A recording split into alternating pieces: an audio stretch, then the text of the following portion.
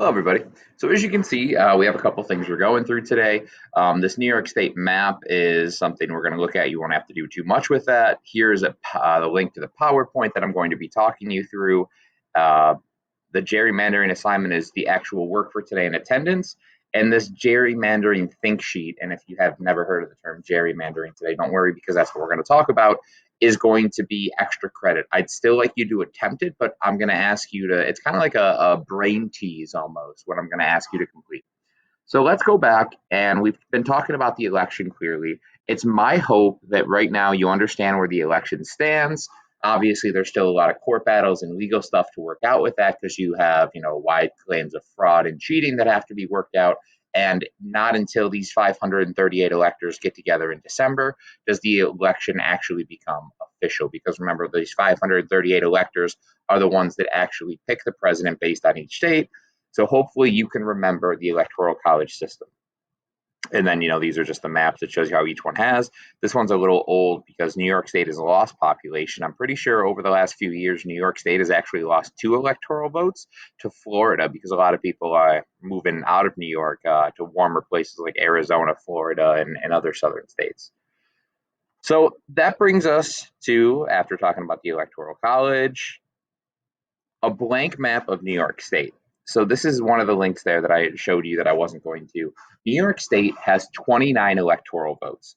2 of them are senators that represent the whole state. Remember, the entire state votes for senators, whatever to get the most, whatever to win their elections, are represent us in Washington, D.C. and the 100-member Senate.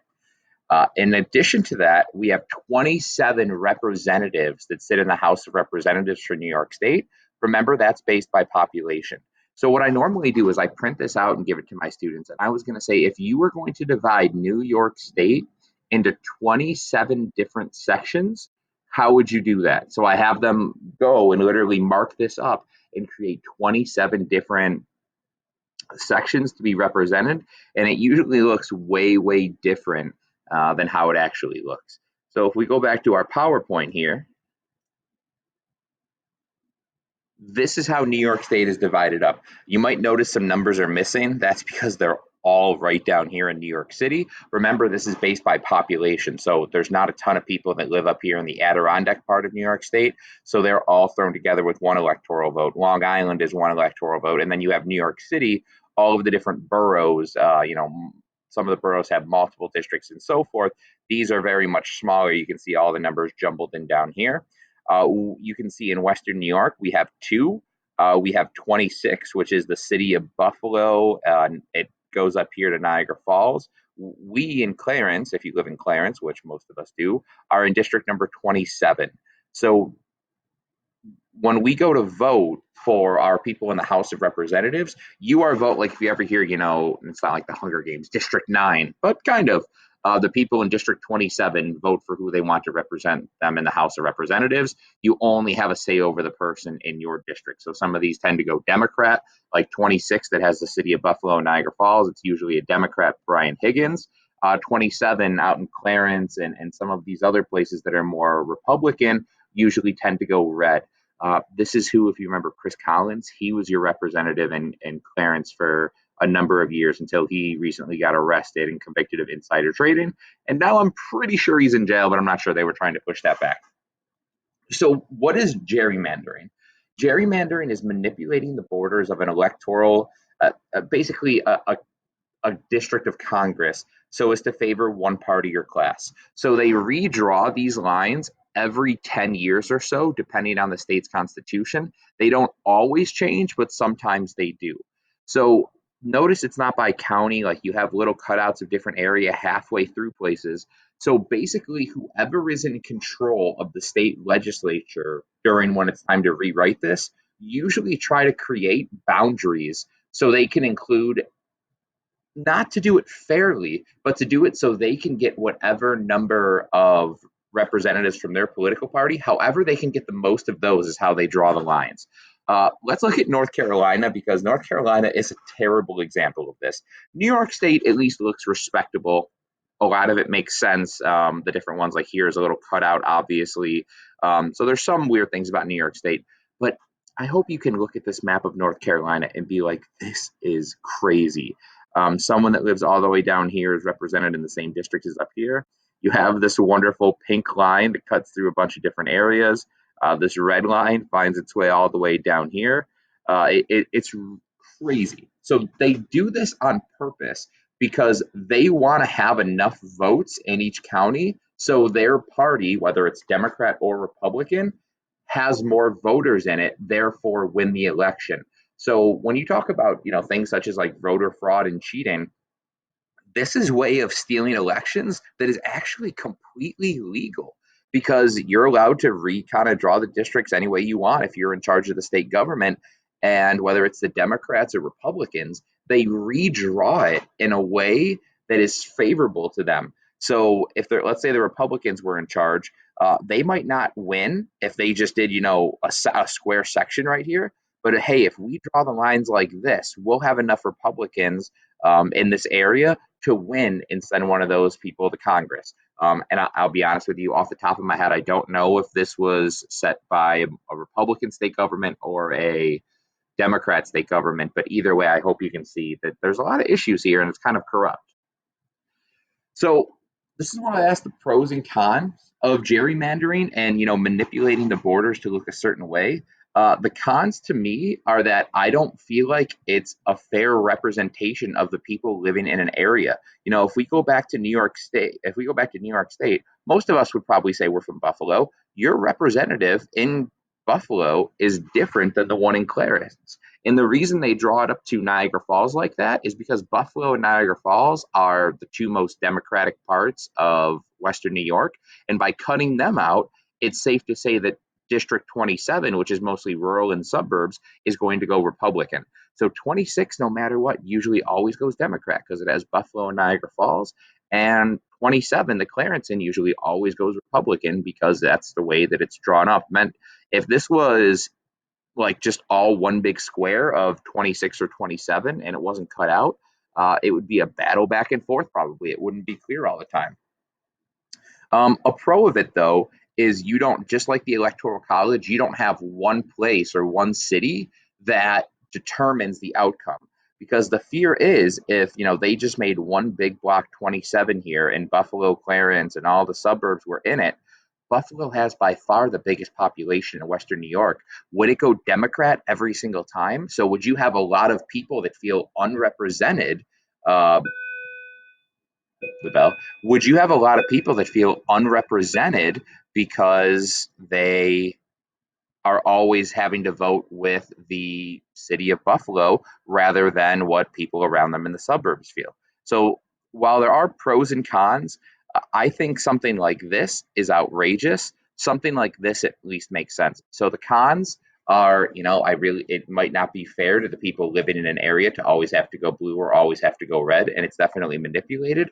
But the pros are everybody has a say in it, and doesn't one major city doesn't decide that. So we've been talking about voting and I just want to recap this. We've talked about being an involved citizen.